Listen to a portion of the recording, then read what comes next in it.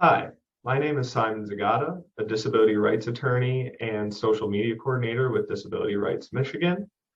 Last week, I spoke with Maddox Flagg, a, an autistic and dyslexic person who is a disability rights advocate and will be starting at UC Santa Cruz next fall. And I also spoke with Derek Schmitz, a multiply disabled, chronically ill, non-binary and queer author, advocate, accessibility consultant, and student.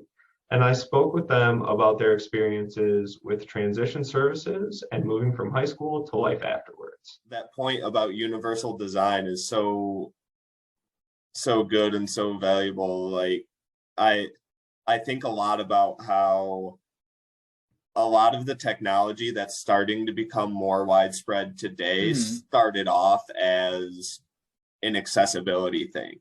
Yes, and I talk about this a lot because with COVID, you see a bunch of able people need remote work. I've Yeah. always needed remote work, and now that COVID is over, laughs and immunocompromised, um, it's being stripped away. And like, I cannot work unless it's remote because I have to have all sorts of accommodations that I can really only do in my own space. Mhm. So like I need extended rest, like in an actual bed, or extra pillows that I can't lug around in a backpack to go to an office. Yeah. So I had a client who had a back issue, mhm. and before everybody got sent to work from home, that client requested like a few hours a week to have some more time in the morning to do some treatment modalities, Mhm. that weren't really realistic to do. Mhm. And that request got denied. And then a few months later, they sent everyone to work from home. Ah, And it's like, that's just, but, um, so getting into transition, I apologize first for not having this on the sheet of questions, but would y'all mind telling me how old you both are? yeah. So I'm 17. And I'm Well, oh, you go ahead. I'm 20. So we want to do brief visual descriptions, personal descriptions, because I think that could be useful to like cut up and be like, these are the people that we're talking to. Yeah, no, for sure. And thank you for reminding me. Um, Yeah. so I'll start. I'm Simon Zagata. I am a white male who is 28, almost 29 years old, but apparently looks 24. Thank you, Derek and Maddox. I have short, light hair, and I'm wearing a blue t-shirt, and you can only see me from the shoulders up in the camera settings. Yep.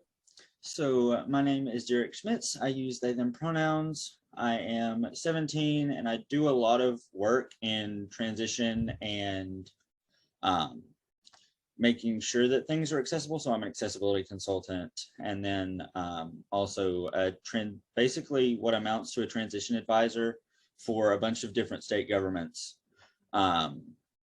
And I am wearing a pinkish polo shirt.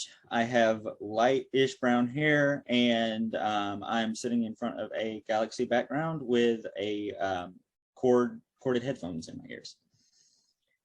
My name is Maddox. I am 20 years old, though I look much younger than I actually am. I'm wearing a kind of light gray shirt. You can only see me from like the shoulders up. I have kind of short brownish blondish hair, and I'm wearing black glasses, and I have a pride flag in the background of my video. Very appropriate pride flag, I must say. Yes. At all times, but especially in June. Yes.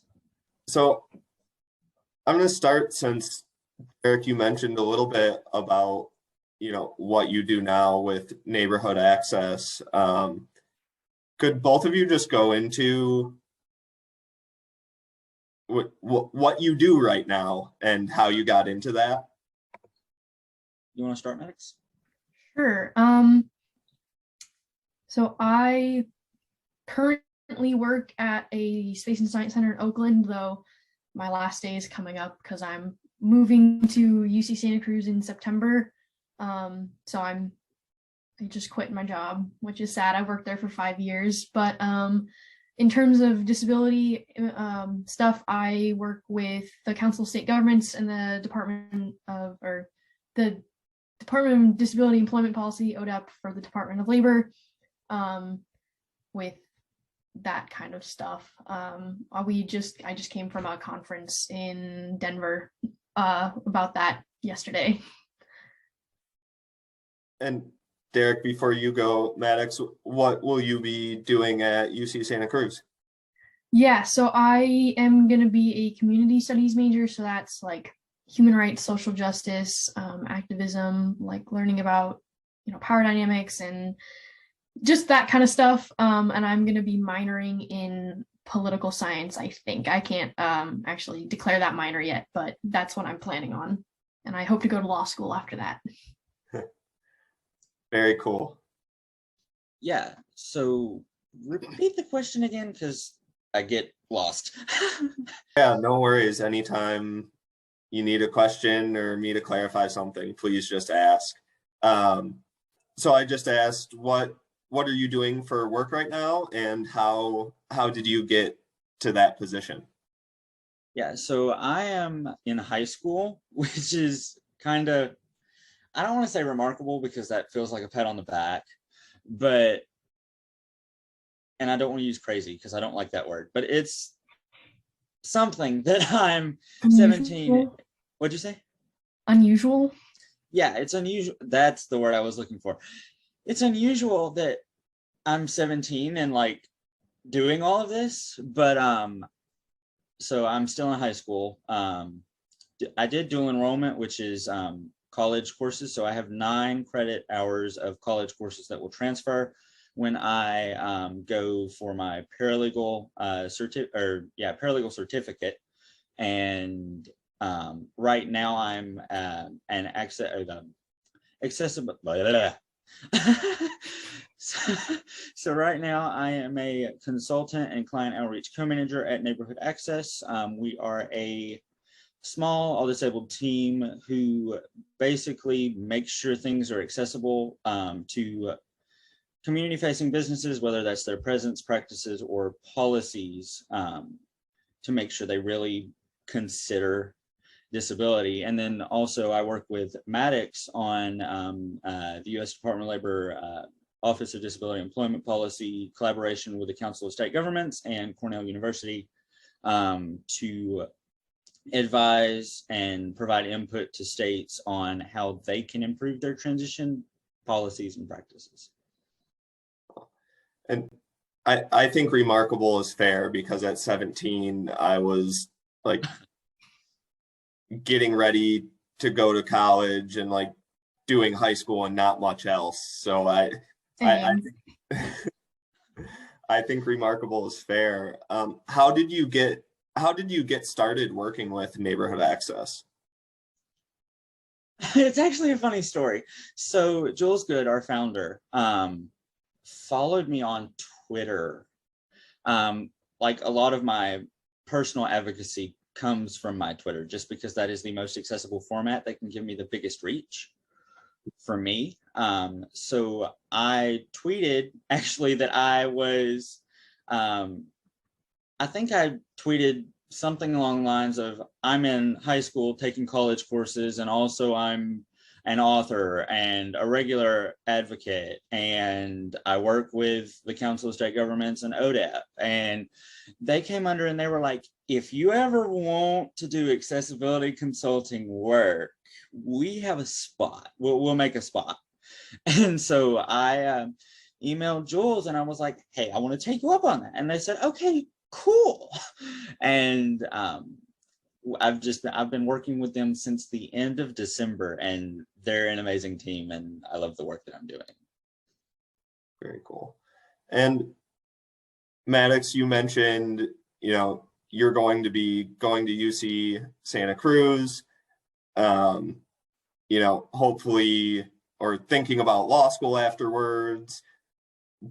Do you have any plans for, the classic question for anyone who's aged like 12 to 25, do you have plans for what you're doing next or want to do with those degrees?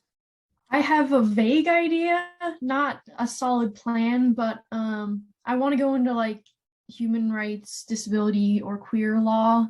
So I'm thinking maybe working in a nonprofit, but on the other hand, I'm thinking maybe a public defender. I'm not 100% sure, but I know I want to be like a litigation attorney. I want to be in court, not like, obviously there's a lot of paperwork involved in whatever you do, but I don't want to be like a contract lawyer or something like that.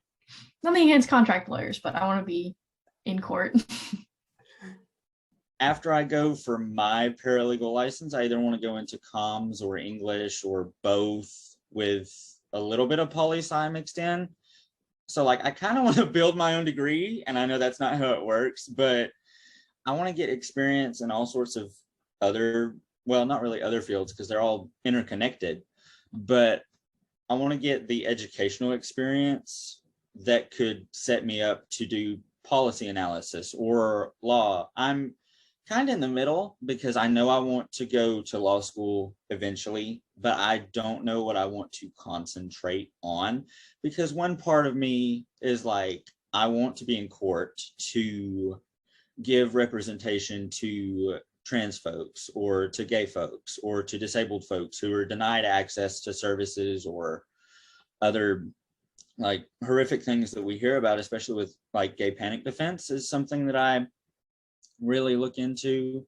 But on the other hand, I want to do policy analysis to do systems change, because direct legal aid is great. And that's awesome because you can actually see the change almost immediately.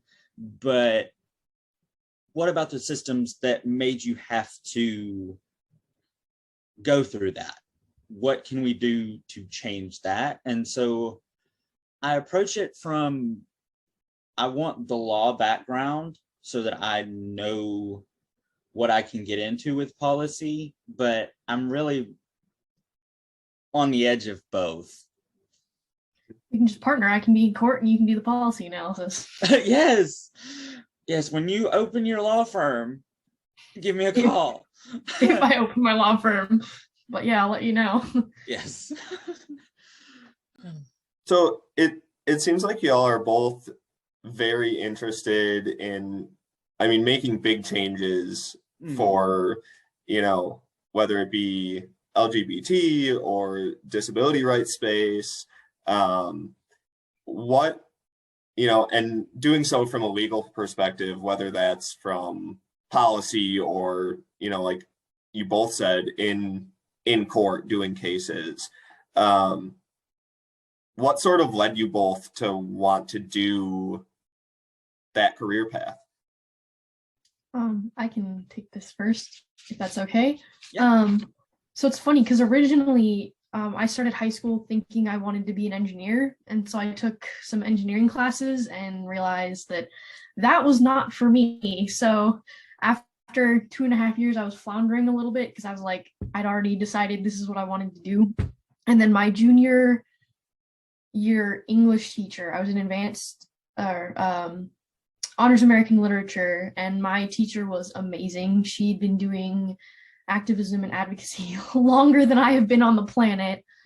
She's had some really great stories, and she really pushed all of us to realize that we can make change in the world, and like to not just sit down and let things happen. And so she was a really big reason that I realized that I could do this. And the reason I think I wanted to is because I have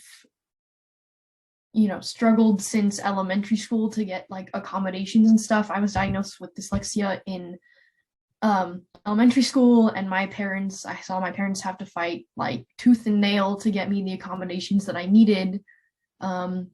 and now I've been diagnosed with autism, and now I'm, having to fight for, accommodations that I need in college and fill out all that paperwork, and it's a super confusing process.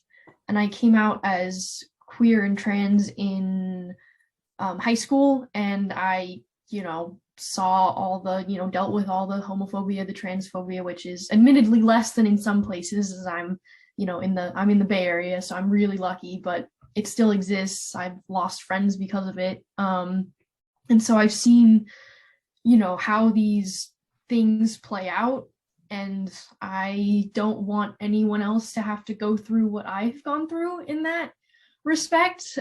So if I can, help someone have a better experience than I have had, and I haven't had the worst experience, but there have been ups and downs, then I absolutely want to do that.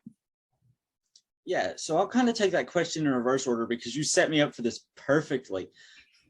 I have been through a lot with Social Security and Medicaid and getting all of that when I was so young. I was fortunate, but the stress of getting a big yellow envelope in the mail that says Social Security on it and wondering, oh God, am I losing everything, is such a petrifying feeling. And I don't want anybody to have to experience the things that I've experienced in regards to that. I mean, I wouldn't wish any of this on my worst enemy. It's a struggle every day to fight against the systems that make everything so inaccessible and so hard to navigate. And so gatekeeping. So I have always been an advocate. Like, I remember being 6 and 7 and giving PowerPoint presentations to my classroom to be like, this is what this thing on my leg is, because I wear a brace. Mm-hmm. And I would always get questions of, what is that thing on your leg? And it's a brace. So I figured, let me knock that out at the beginning of the year. So maybe it will reduce the questions. And so I have always just done that. I don't consider really what I do to be advocacy work, because I'm just doing what I do. I'm talking to people about my experiences. I'm helping people navigate experiences that I have lived experience with. And I'm talking about systems that need to change, because I am right smack dab in the middle of, oh my God, you're going to start working, you're going to lose your benefits, you're going to lose your Medicaid, you're not going to be able to afford your $6,000 medication. And like I keep saying, it's petrifying, and it doesn't have to be that way. That there are even sometimes singular policies that are in place that you can change that will make a huge difference, whether that's eligibility for WIOA funds, workforce innovation. I think it's opportunity.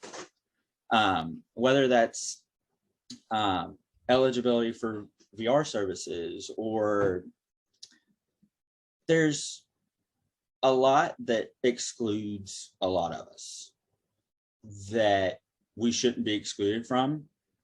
And bringing an intersection with queerness there, I came out and lost everybody. I'm in Alabama, and well, okay, except for like family and my partner, but I came out and it was a mess.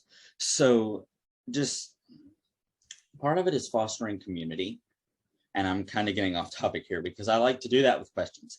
But part of it is fostering people who see you the way you want to be seen and know your access needs, or know how to approach certain subjects. Because a lot of the time with disability, I have to gauge where my friends are in things and be like, can I explain that my body is killing my hip, or do they not care, or can they not grasp that? And so it's a lot of my advocacy is just that, is education. And I want to go into law and policy to continue educating folks, to continue being like, this is a lived experience that I lived through, and this is what happened to me. I have been incredibly fortunate given my circumstances, but just being able to talk to folks and tell them, look, this is an issue, and this is why it's an issue, and this is what we can do to fix it, is what I want to be able to do. And like I mentioned, whether that's through direct legal aid, if somebody loses their Social Security, I'm like, Social Security pays $800 something a month. That's not enough to pay rent in most places right now. But just imagine that being stripped. You have nothing at that point. So it's that lived experience wants to take me to policy so I can fix that, but also that lived experience wants to take me into law, because I want to walk in a courtroom with a disabled person sitting in a wheelchair or sitting outside in the lobby and be like, I get it, and so I'm going to win this case for you because I get it. I know it's so hard. And so that's where I'm split between those, but I'll figure it out, and I may do a little bit of both. But that's just where I'm going with what I'm thinking. Yeah, and just talking about walking into court, I think that is such what you've described, that lived experience is going to be such an advantage, regardless of what route you take, because that's something that I can't do. I can ask as many questions as possible. I can, do research. I can try and open my ears and, not put myself in front of it. But at the end of the day, I don't have that lived experience that a lot of my clients do. And so I think that will be such a powerful tool for either your policy advocacy or your legal advocacy. So yeah, it's just, I don't know, that's not a question. That's just me observing things. So Derek, do you graduate then, or do you just graduate, or do you graduate next year? I graduate in May of 2023. Okay. My school is weird because I needed 4 credits to graduate. And I could have taken those 4 credits over the summer, no problem. But those credits fall back onto my freshman, junior, sophomore, senior. Yeah. So they fall back onto my sophomore year, junior year. They fall back onto my junior year. And with Alabama law and like how the education system is set up, you have to be there for 4 years, no matter if you have all the credits you need or not. So I took a look at it and I was like, well, if I can't advance to a point of let me get out of here early so I can actually start, I'm taking the whole year. Gotcha. So with graduation coming in a little under a year, and that transition between high school to life after, when did you start making plans for that transition and preparing for that transition? Just actually graduated junior college like a couple weeks ago. Okay. So I'm kind of in the thick of the transition right now, transitioning from, I went to a local junior college, and now I'm going to a 4-year that's like an hour and a half, 45 minutes away from my house. So I'm going to be moving out of the house. So I'm kind of in the thick of that transition right now, and there's a lot going on into it. But thinking back to high school, in my senior year when I was applying to colleges and stuff, or thinking about applying to colleges, I just had to sit back and be like, I don't think that I'm ready to like go off and live on my own. I just was like, this, I mean, if I absolutely had to do it, I could probably figure it out, but I think it would be the best thing for me right now to stay, with my parents, and they were fine with that. I'm lucky enough to, have very supportive parents, and just go to a junior college for 2 years and knock my general education degree or my gen ed certificate out and maybe get an AA. And that was actually probably one of the best educational decisions I've made. I feel so much more ready to, go off and live on my own. I'm still terrified, but I'm actually excited, and like I think I can like handle it better now. So just, your schooling doesn't have to look like everyone else's. I know so many people who did, my parents both did junior college, a bunch of their friends did junior college, I'm doing junior college. And it was probably one of the best educational decisions I could have made. And as for transferring right now, it's a lot of paperwork and a lot of stress and just trying to figure out what you need to do in what order to, because obviously being trans and being disabled, there's a lot more paperwork than if you were just a quote unquote normal student. So I'll let you know when I figure out that aspect of it, because I'm still confused. Yeah, for me, the whole transition process has been really confusing. And I'm like pretty well versed in like a lot of things. But just transitioning, I didn't know that I qualified for VR services or for an IEP. VR is vocational rehab. I didn't know that I qualified for those until freshman year. My doctor had been like, hey, my rehabilitation medicine doctor, which deals with a lot of my cerebral palsy, was like, hey, we know the transition is coming up. We want to make sure you're connected with these resources. And I'm like, I didn't know these resources existed. I didn't know they existed till I went to my disability resource center at my junior college, and my counselor had worked with the California DOR, and she was like, hey, you qualify for these services, you should look into it. So I'm glad you got it at least a little bit sooner than I did, Derek. Yeah, but it's just, it goes back to that gatekeeping kind of, because it kind of feels intentional that they don't mark it out, but VR doesn't mark it out to folks.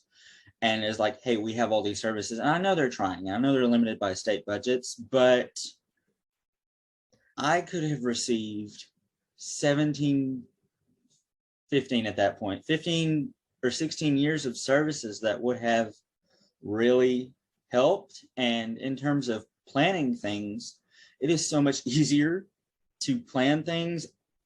Well, after you get through all the hard and dehumanizing paperwork, it is so much easier to plan things when you have a counselor who can be like, hey, this is what I can do for you. This is what I think you could do. And this is how I can help you get to that. It's so much easier. And building transition services into my IEP, where that was, hey, make sure they know that there is this occupational therapy tool called a button hook that can help them get their buttons, or helping me know how to like actually talk to doctors. And like, I've been talking to doctors for as long as I could talk, and like I made my mom sit in the corner and because it's my body and it's my experiences. And so I felt like that was important to talk to doctors about instead of letting my mom talk about it for me. So like I mentioned, I'm very well versed in a lot of things, but when it comes to the moment that I actually transition, it scares me because I run the risk with the things that we're proposing. I run the risk of losing my Social Security and my Medicaid because I cannot work and earn more than, I think it's like $1,000 a month and keep my benefits. it's $2,000 for, is it $2,000 or is it? I thought it was $2,000, but it's possible that it's one. I don't know too much about this, so I think it's $3,000 for a couple and maybe $2,000 for an individual. But it's like, even if I don't make that, I still see a significant cut to my Social Security, and that's a lot that we talked about at our last conference. Was a lot of us cannot successfully transition into the workforce and be left in that gray period where we don't have insurance or we don't have the government supports, because that's just not feasible. Because like I mentioned, my medication is $6,000 a month and I can't afford that. I don't know anybody who could afford that.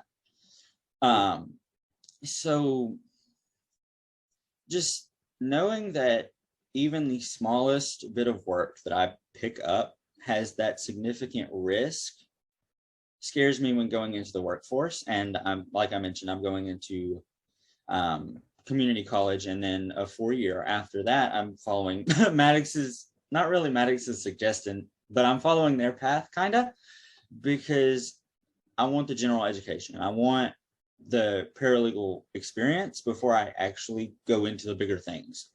And part of that is because I need the extra time to figure everything out.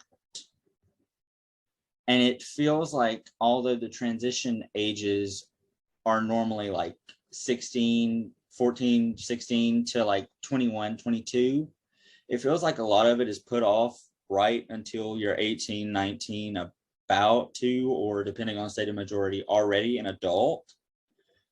That's a problem because you have to start planning. And that's even the same for able-bodied people. They have to know where they're going. Mm-hmm. And when you're disabled and queer, you have all sorts of other considerations that you have to get through before you can even be like, okay, this is what I want to do for work. I remember in my high school, we had like college week or something, but like ever since elementary school, they're like, you have to go to college, you have to go to college, you have to like get all these things and have perfect like grades, and like, you know, and there was so much pressure on it. And I felt, you know, even, you know, in middle school, they were like, you know, you have to do well now or you're not going to get into college. And it's like, that's really not, that's not really true. Like, you know, my SAT score is totally irrelevant now because I went to junior college, you know, like, you know, I had a couple B's in high school and I'm going to college. You don't need straight A's, you know, like it's not the pressure that is put on, you know, young people to go to college is astronomical. And even, you know, college isn't always the route for some people.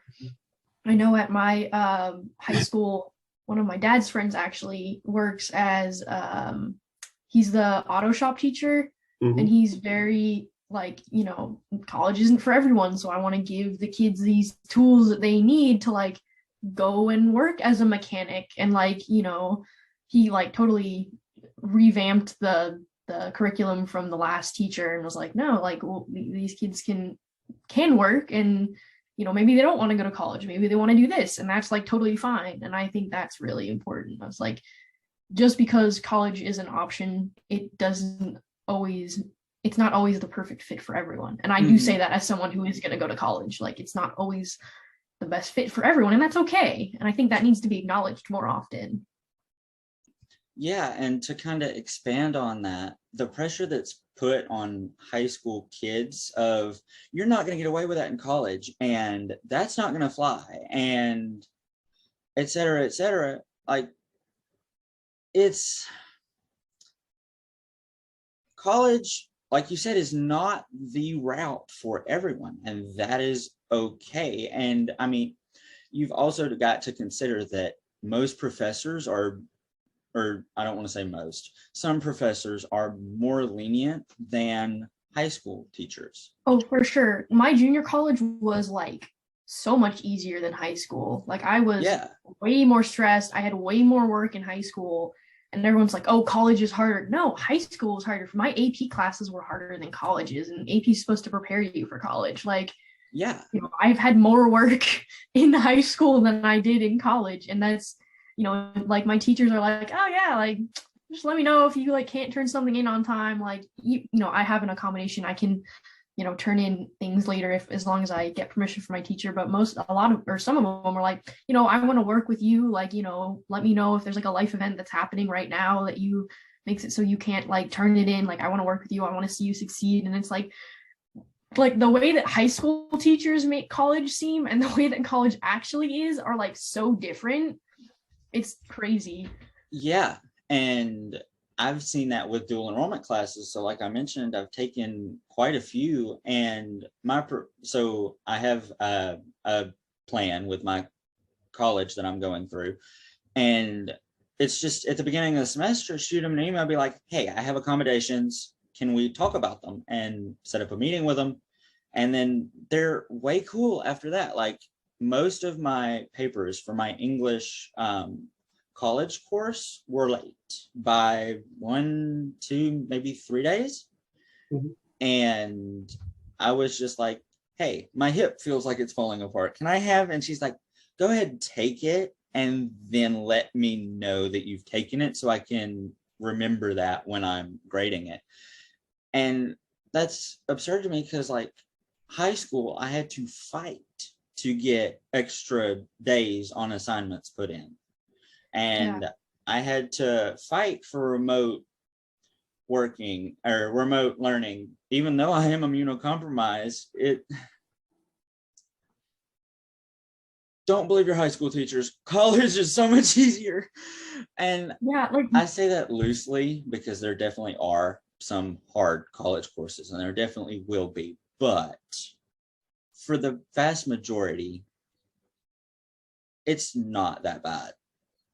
Yeah, I've had, I'm able to get most of my like smaller assignments in on time, but sometimes like the bigger assignments, like I've had finals and midterms where I email my teacher and I'm like, I'm so sorry, but I am extremely overwhelmed. I'm also probably ADHD. I'm getting tested, so like breaking down big tasks into like a lot of smaller tasks is sometimes difficult for me, and sometimes it all seems like it's happening all at once, and it just gets really overwhelming, and I kind of like freeze a little bit, and so I'll be like, hey, I'm so sorry. Like, can I, turn this in like, 3 or 4 days instead? And they're like, yeah, for sure. Whereas in high school, I had to, fight to get that accommodation even on my 504. And then my counselor was like, you have to do this like several days in advance. You have to ask them. And if you want more than a 3 days notice, you have to go through me. And it was like very like militant and like, don't use this,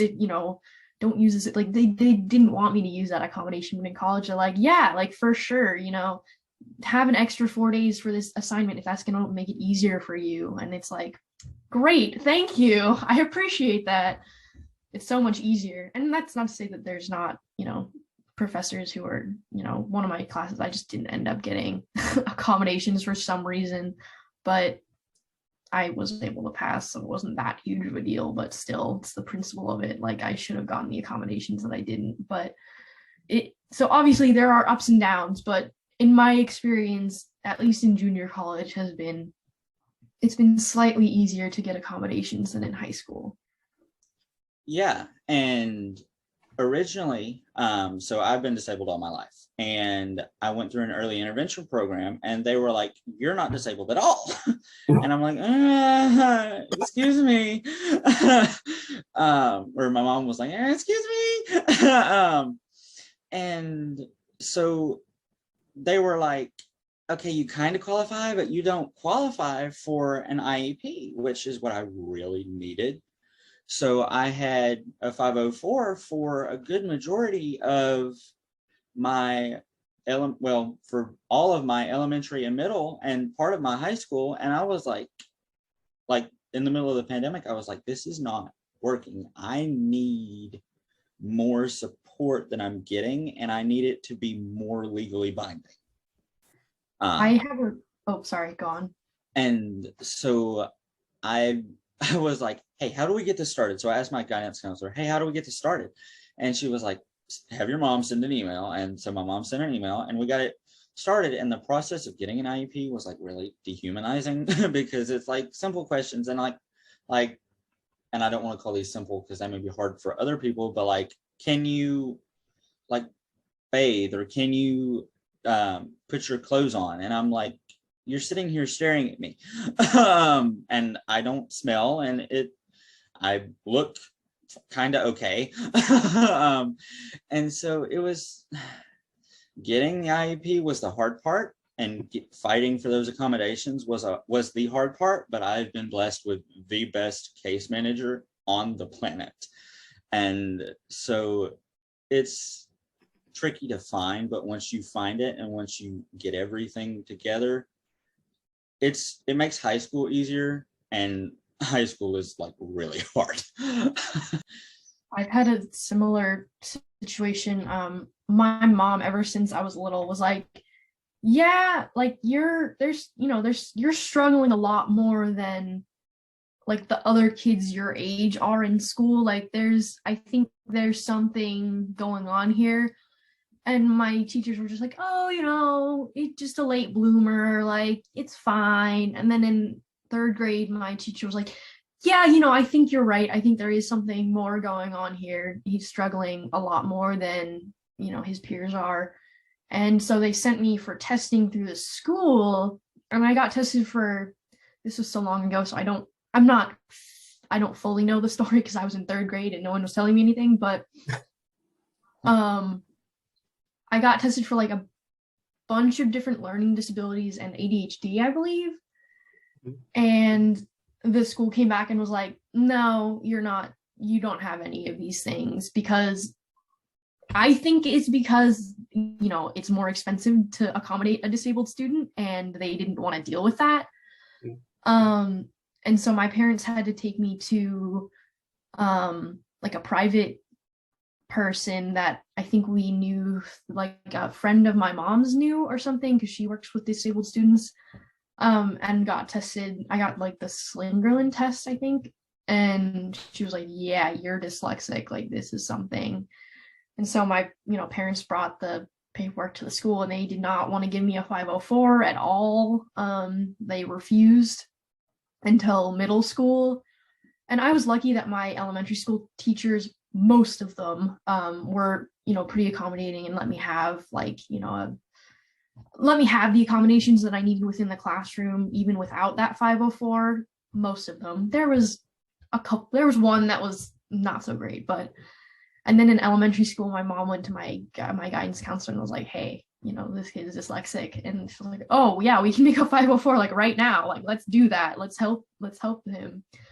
And now, like no one really even thought to test me for autism because, I am trans non-binary. So I was raised most of my life as a girl, and it is very underdiagnosed in women. And even like one of my, I've been in mental health counseling since like early high school. And even he was like, yeah, you could be, he used the word Asperger. He's like, you could be a little aspy, which don't use that word. But yeah, that's not a diagnosis anymore. But he was like, nah, but I just think it's like the social anxiety. And then finally, when I was 18, I got tested and was in fact diagnosed. And now I had to get retested for learning disabilities through my junior college, because apparently my one in third grade doesn't work for the UC system or whatever, which is weird to me. It's not like I'm less dyslexic now, but she, like, a couple of questions on the form were like, she was like, you know what, you I think should take this pre-screening test for ADHD. And it was like, if your raw score is like around 40 or above, it's like, yeah, you should probably get formal testing, which they can't do through the school. My score was 79. So she was like, yeah, you really need to go get tested. So my test is on the 30th, but I wish I could just because now I have all these all this paperwork and stuff from all of this stuff, and I wish I could just round up all the school psychologists that tested me in third grade and be like, what part of this looks neurotypical to you? Like, why did I could have gotten accommodations, and I could have gotten you know, I could have known I was ADHD, autistic, whatever, like so much earlier, and it would have made my life so much easier if like my parents understood why I acted the way I did, why I struggled with what I struggled with. But unfortunately, I wasn't able to do that until, you know, I was an adult and like could advocate more easily for myself, like legally had advocacy over myself instead of, I mean, I love my parents. They did the absolute best they could, and I, you know, owe them a lot. But, you know, I couldn't get that until I was an adult and was like, hey, I think this is going on. Yeah, I mean, you know, I was laughing because it was a funny image of you coming with this stack of right? and going to this probably old white male doctor and going, Probably. what were you doing? Yeah, why did you do this? Why have you made my life so much harder than it needed to be? Yeah, exactly. But that's the reality, right? Is like I'm sure just from what you said, it seems like you had so many questions about what was going on. And, you know, and you even mentioned earlier that you didn't get transition planning like through high school to go to, you know, junior college. So I guess I'm just wondering, like, what did you do? You know, Derek has mentioned a couple times his super case manager. And so I guess Maddox, what did you do without those supports and without those services to get ready to go to junior college? Yeah, so my like formal transition was kind of just me thinking, what do I want to do when I grow up? And then like talking to my parents about it. And I was really lucky because my parents would like, okay, like how do you think or you know, what do you think that looks like? You know, how do you think you're gonna get there from here? Like, what does that process look like to you? And you know, despite some of my teachers who were very against junior college and high school, I can think of one particular person who trash talked to junior college all the time. But, you know, like I said, both my parents went to junior college and, you know, they're both very successful.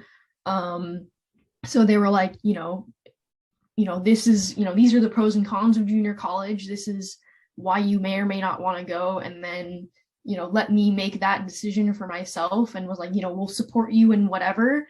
And it might also be better for us because it's cheaper. But we'll support you in what you want to do. You know, if you want to go to a 4-year, we'll support that. If you want to go to a 2-year, we'll also support that. And then so having their support was huge for me. Because like I said, I didn't have a counselor that was helping me transition. I didn't have like DOR services till I was already in college. And my journey with DOR services is a whole nother story. But so it was really just like my family and my friends, just talking to them and trying to figure out what's best for me, and then going from there. So there wasn't so much like formal transition. It's just like, all right, I'm kind of flying by the seat of my pants, but this seems like it would be a good idea. And I'm lucky enough that it was, in fact, a very good idea for me to go to JC first. Yeah, so I didn't really have any of that. I just kind of had my parents' support, which was huge. Yeah, and parental and family support is one of the biggest things that we need as youth. And I am very, very lucky that I have my mom, who's amazing, and a pretty good-ish group of friends that didn't leave after I came out, and my partner. And so I have a really good support system, like socially and interpersonally, but also just the services from the state, knowing that I can tap into those at any point in time is really a privilege. Because like Maddox didn't have that. And a lot of folks who really need services get stuck on waiting lists, or there's like one specific policy or one specific criteria that disqualifies them from getting the boatload of services that they might need. And so it's we've got to work on improving parental and peer support, because I know for a lot of folks that can be a problem, but also improving like the knowledge of state services, because like I mentioned, I didn't know they existed. And also improving the accessibility of those, so folks who may have a mental health disorder like anxiety or depression that in some cases don't technically qualify, but it's still like a major life impediment, because that's, I believe, how the ADA qualifies disability, is a major life activity impediment. But a lot of it requires a formal diagnosis, and that's another way to gatekeep, because a lot of folks have a lot of symptoms of a lot of different things, but either don't have the money or resources or like medical staff around them to go get tested and accurately diagnosed. I'm very lucky that I've been able to get, formally diagnosed with all these things. Because if not, I'm so lucky that I have access to that stuff. Yeah, so I have never been professionally diagnosed with autism or ADHD or any of that, but like it is so apparent to me and my mom and Maddox and other folks who I interact with regularly that I have some neurodivergency, but I cannot get that diagnosis because Medicaid does not pay for the testing.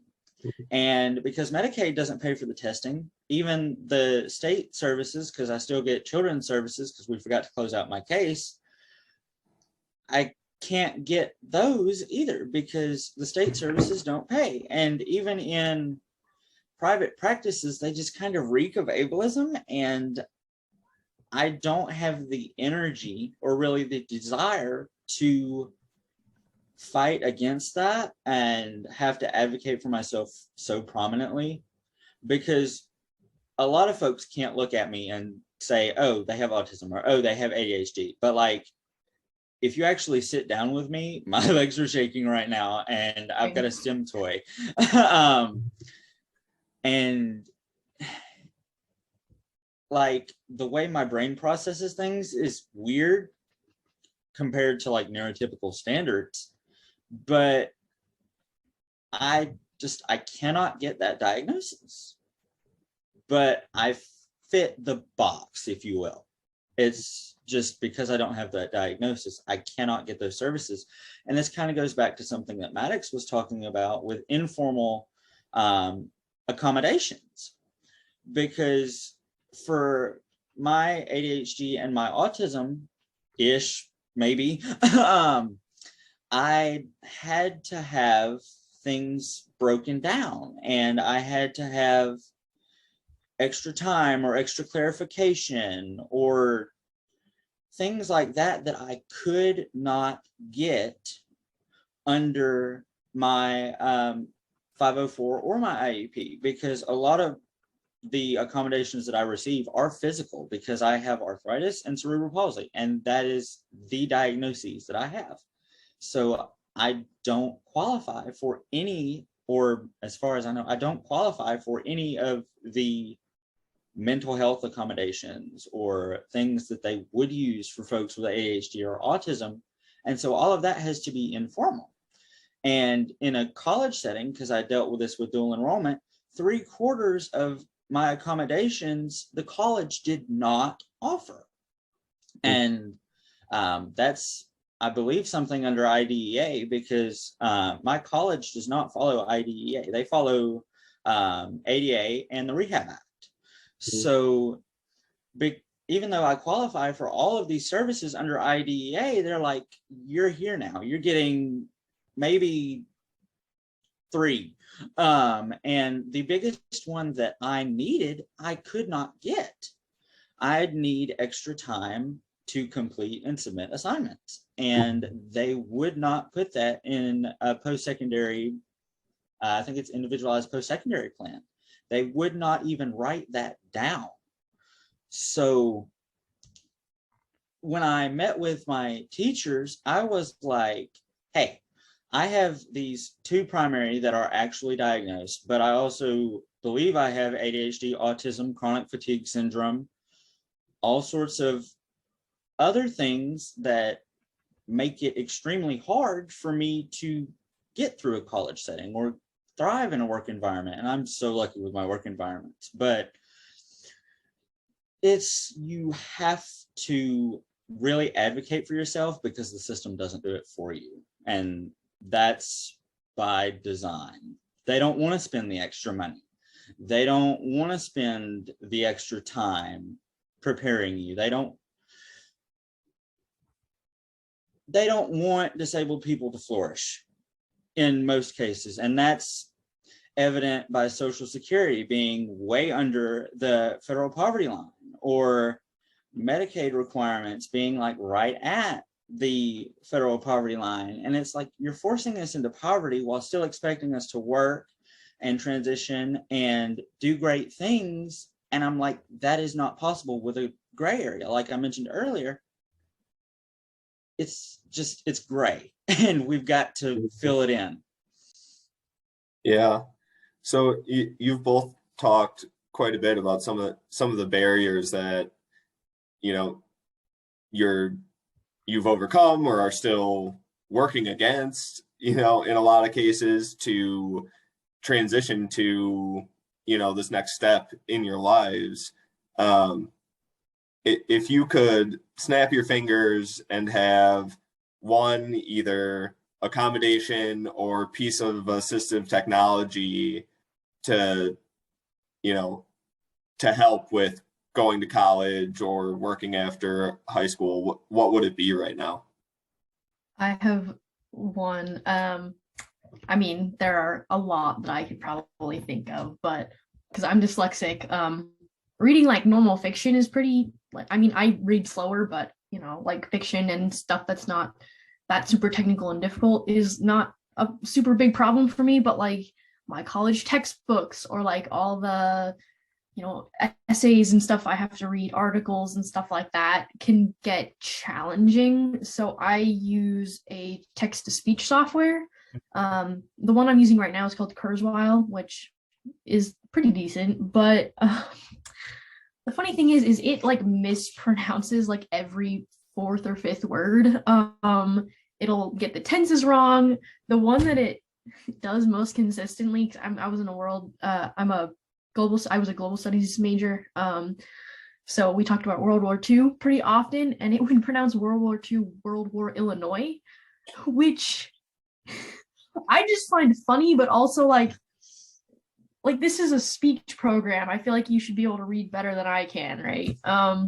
So I would really love one that actually pronounces the words and the tenses properly, and also sounds more human and less robotic, because the kind of robotic voices aggravate my sensory issues a little bit. Like sometimes it just feels very sharp in my ear, but like I kind of need to use it anyway. So all the voices are kind of weird, like sensory wise.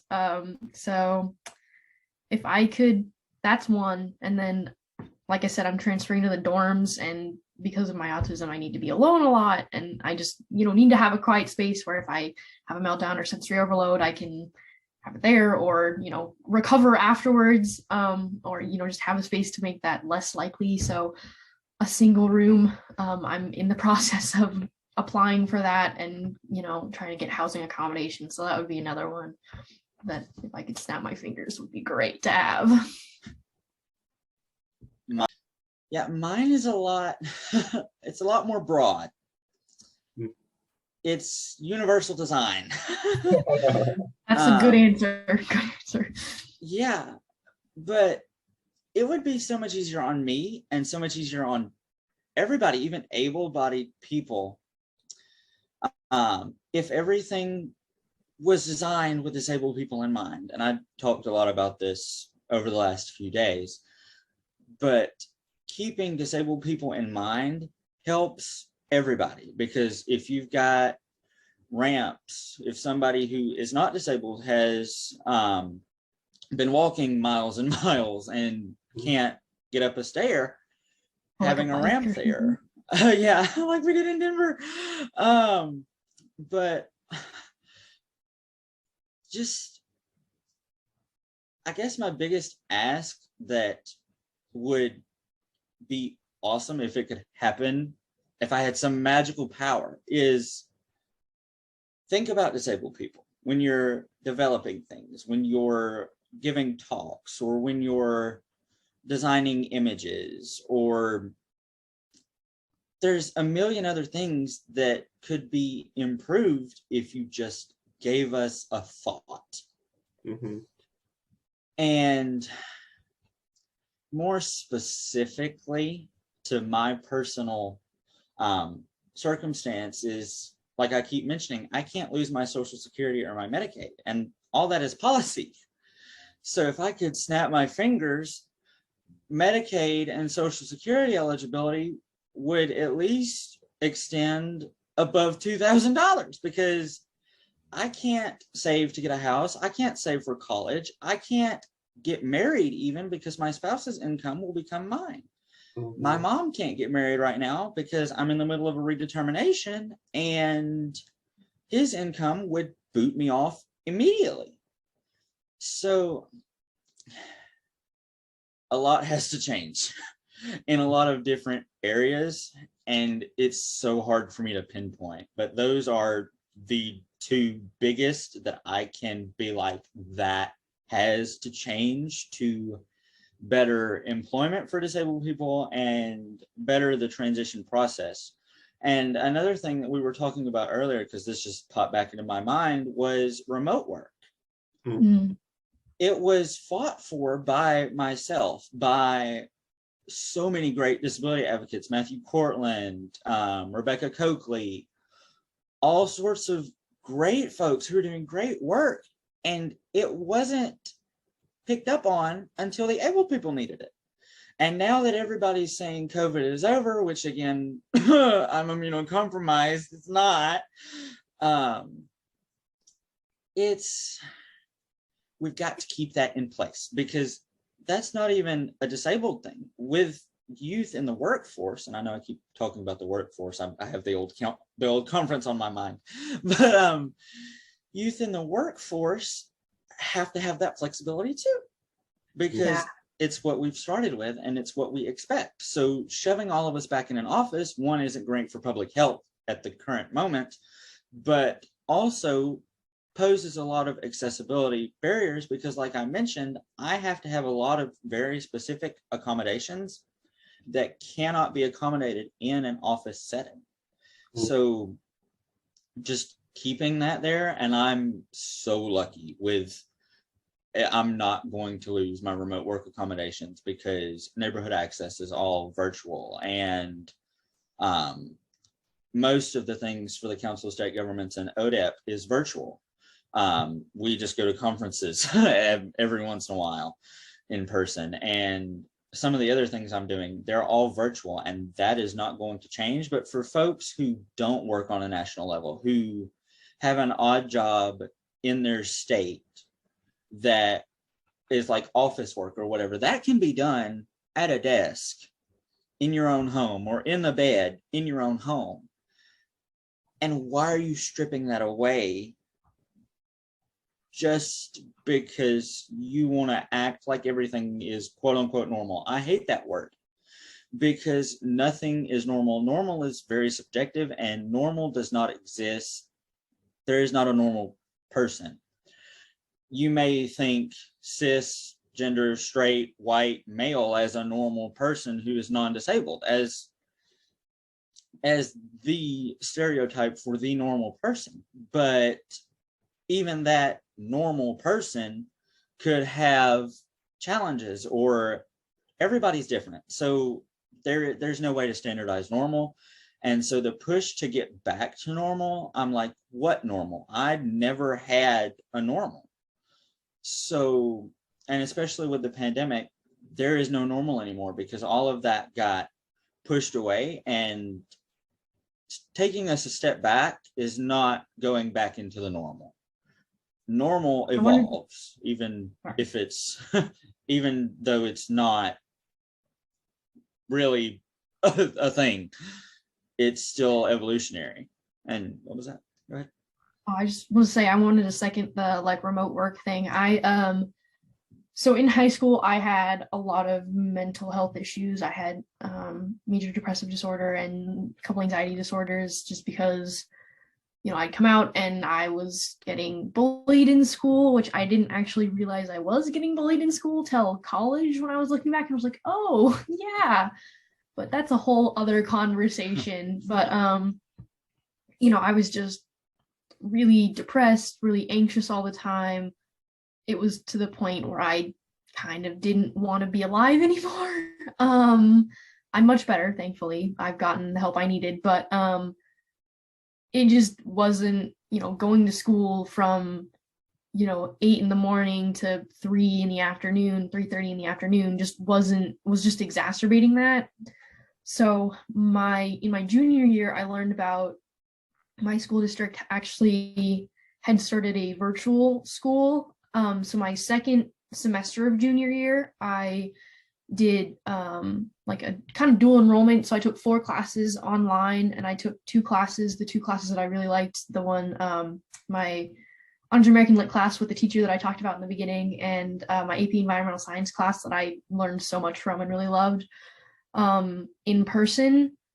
And then I took the rest online, and for online we had like 2 hours a week or something where we would go in person. So if we had questions for a teacher or something, we could ask, and that really helped. And then my senior year I went entirely online, and by that time I only had 4 classes that I needed to do to like graduate high school, so I was actually able to complete them in 1 semester. And then I was able to take like my second semester senior year. I technically still graduated with the rest of my class. I just didn't do anything for the last semester, which was fantastic for my mental health. I was actually able to get start transition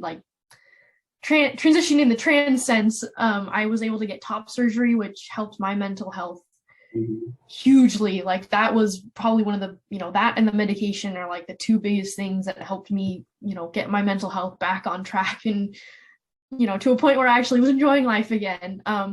So that was, so the remote work, I've been on remote way longer than, the pandemic has been around. And even this last semester, my school opened up again, but kind of, let the professors was like, okay, you can do it online or in person. It doesn't really matter to us. It was on a case-by-case basis with the professors.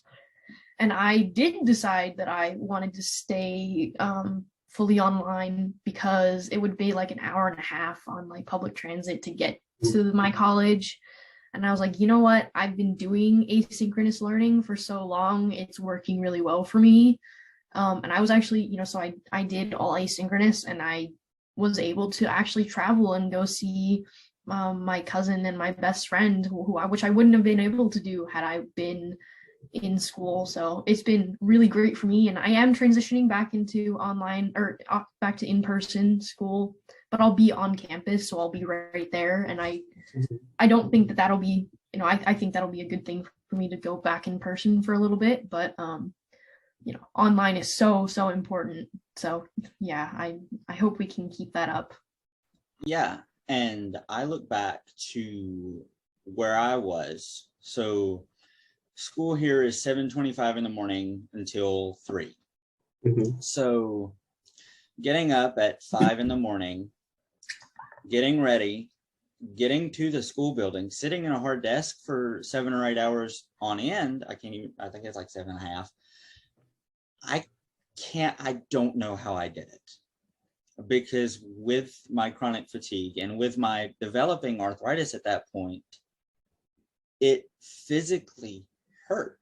And so it was like, we don't know any other options at this time, because this is 2017, 2018. It was like really bad when I was younger, because like I can look back on that and I see the chronic fatigue crashes. I would come home, take my shoes off, and sleep all night because I could not couldn't keep it up, and I was forcing myself to, because at that point there was nothing. There was no virtual school. There was no any of that. But I had 2 surgeries in 2019 on my foot, and so like I was like in a wheelchair, and like that's a lot of energy, just getting up and doing surgical recovery while still trying to get to a school building. And that was a lot. And it came to a point where I had C's, D's, maybe an F, and we were like, this is not feasible. I can't do this anymore, is what it came down to. And they were like, oh, by the way, we have a virtual school through the state. And I'm like, you couldn't have told me that back in March of last year when I had my first one. But I've been virtual since then. And so I kind of was starting virtual as the pandemic was starting to ramp up. And I was like, this is so much better. Like it goes back to my access needs. I can accommodate my access needs so much better at my home than I can anywhere else.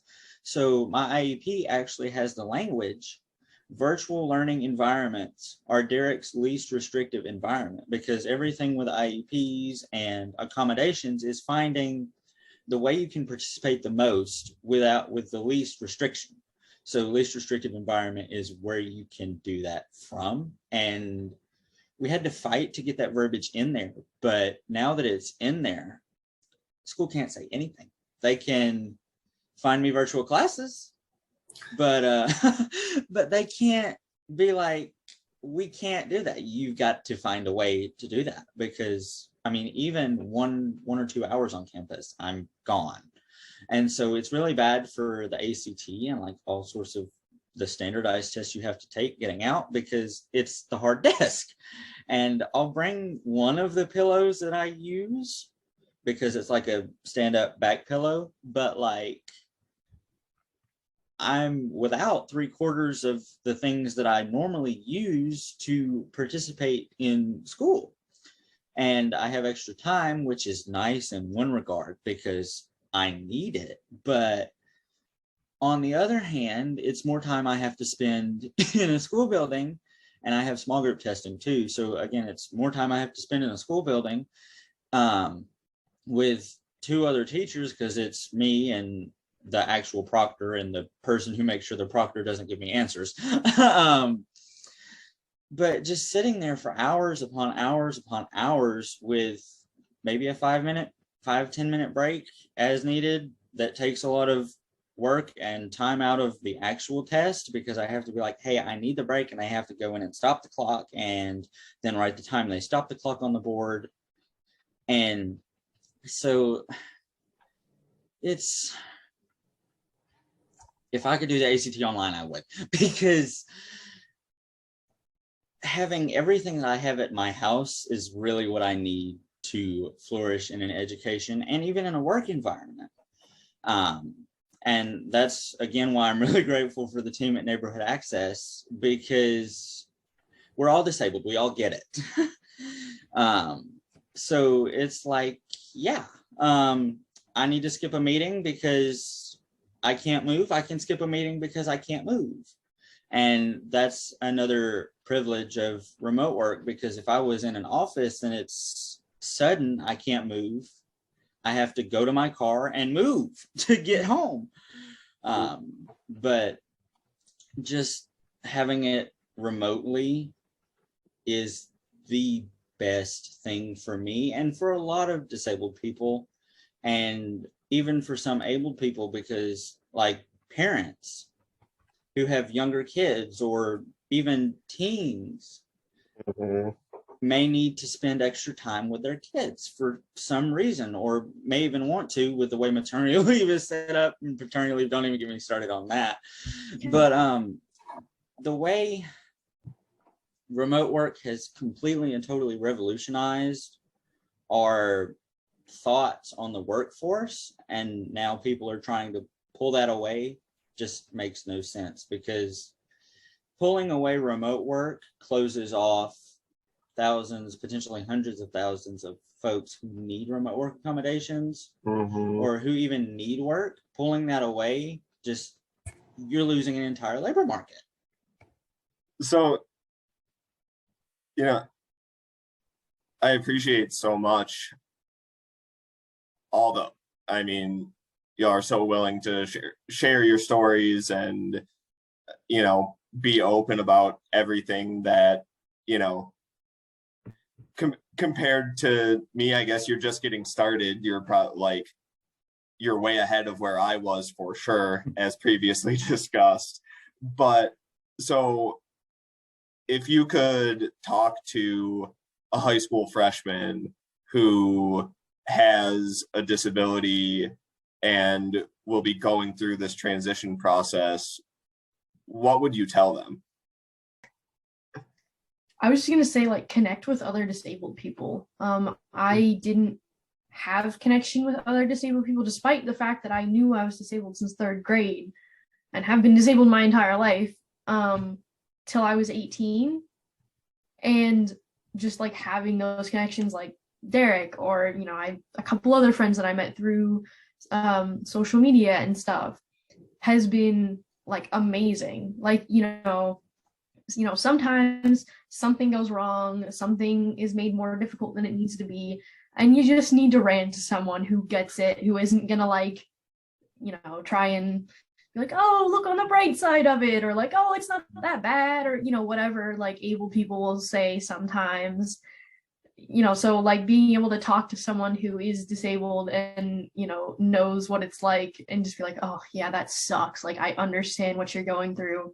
And then on the other side of that, like asking for advice, you know, that like, you know, like, hey, this is difficult for me, do you have any advice of like what I can do to make it less difficult? Like, oh yeah, this is what I do, like I do this, this, and this, which is just something that, like, you know, an able person just won't, you know, like I've learned so much just from, you know, I'm not super active in, but, you know, I will follow, like, you know, I follow a lot of disabled people on Instagram or whatever, and just like, even if I don't interact with them too much, just like being able to see like, oh, here are the tips that I use to do this, or like, this is why I find this hard to do, and this is what I do to do it, to like accommodate myself. And I'm like, oh my God, like that's such a good idea. And like being able to find all those little things that, like, you know, my probably neurotypical parents wouldn't, you know, that's just advice they wouldn't have, which, I mean, is not their fault in any way.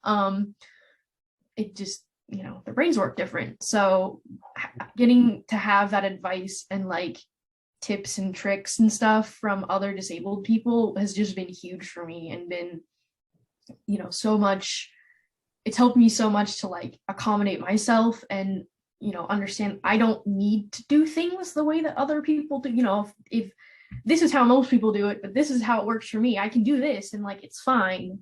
And to just accept myself as the way I am has been great. So if any, you know, freshman or, you know, disabled person, just find other disabled people, find that community, because it's makes life so much easier. Yeah, and I can really expand on that because I'm so huge about cultivating community. You've got to find other disabled people. I would not be here without other disabled people, and that's not an exaggeration. Because in my freshman year, I was actively becoming more disabled. Because from 12 or 13, I had back pain and hip pain, and we had always attributed that to my cerebral palsy because my hamstrings are so tight and all sorts of other physical things. And I'm like, no, this is different. This is not. And so after fighting for so long without really the program support at that point, because like I mentioned, I didn't get involved in CRS or VRS for ages. It was a lot to have to fight for getting a referral to a rheumatologist at that point. And I'm kind of going more personal here instead of more broadly, but you can't do it alone, and some of the things you deal with when it comes to internalized ableism and all sorts of other things, you may think you're alone, but you're not. And you've just got to find the other disabled people. Some of them, or I think maybe most of them, are invisibly disabled. Some of them are physically disabled. So it's easy to walk up to them and be like, hey, I'm disabled too, or strike up a conversation in that regard. But we're here, we're not going away. And self-acceptance is also a huge thing. It takes a while. So if you're like me, becoming more disabled or becoming disabled in your high school years, it's rough. And I know it's rough. But there will come a time where you will be able to accept yourself as you are and find other people who can do that too. And I'm getting choked up here because it's so hard. I will be the first to tell you, it is so hard to be disabled. And doing that alone, or thinking that you're alone while doing it, is even harder, because the realities are you will lose, or you most likely have lost, some of your able-bodied neurotypical friends. And if you're queer on top of that, you've lost some of your able-bodied neurotypical straight cis friends. So most of them. But find your folks, and whether that's your family or chosen family. I'm really big on chosen family, because like I have great parents and great folks, but like you have to have other folks outside of that, because the reality is your parents aren't going to be here forever, and they're not going to know or understand everything you go through. So having 4 or 5 really close folks who you could call if you were actively dying or your liver exploded. In my case, because I'm on so many medications, they're worried about my liver exploding. Having folks outside of family and outside of just, oh, we're acquaintances, that really get it is crucial. And it takes ages to develop that. But once you do, stick with them. And I just want to say that like this can be in person or it can be online. Like a disabled friend that I have that I, have now been texting like with every day. It just happens. I met through Instagram. I responded to, they were asking on like on their story, like, autistic people, like, do you have any special interests that, are seen as like childish or whatever? And I was like, oh yeah, Marvel's like my biggest special interest. And she's like, me too, reach out, let's talk. And so now we like text every day and we're like pretty good friends. And, I can ask them about when stuff happens, or like I'm at the airport and the person's trying to hand me off to some random stranger when I need a sky cap. Like I text them being like, oh my God, this just happened. And like, oh my God, yeah. So it doesn't have to be in person either. Like I met Derek in person, but I met this other person online, and like I'm friends with both of them. So yeah, and most of my chosen family cultivated community, all of that has come from Twitter. Because there is such a huge disability community there, full of advocates and some who don't call themselves advocates, and just regular disabled folks who are open to reaching out to folks or hearing from folks. I actually met my partner on Twitter. So it's find people the way it works best for you, whether that's putting out a tweet that's like, hey, I'm disabled, come find me because I need people, or just being yourself and finding people that way. just find people. And I know that's a lot easier said than done, because finding people and cultivating connections takes a lot of energy, and it takes a lot of masking in some instances, and it takes a lot of time, and like I mentioned, effort and energy. But if you can find 3 or 4 good folks who, not even 3 or 4, 1 or 2 good folks who you can connect with, who are your age, who are close to it, who you can talk to about anything, that is going to be, and who also kind of share your experience, because being disabled is an experience in and of itself, and we all have shared experiences. So finding people who are disabled, or who are queer, or who are however you identify, finding that and sticking with that is the biggest thing.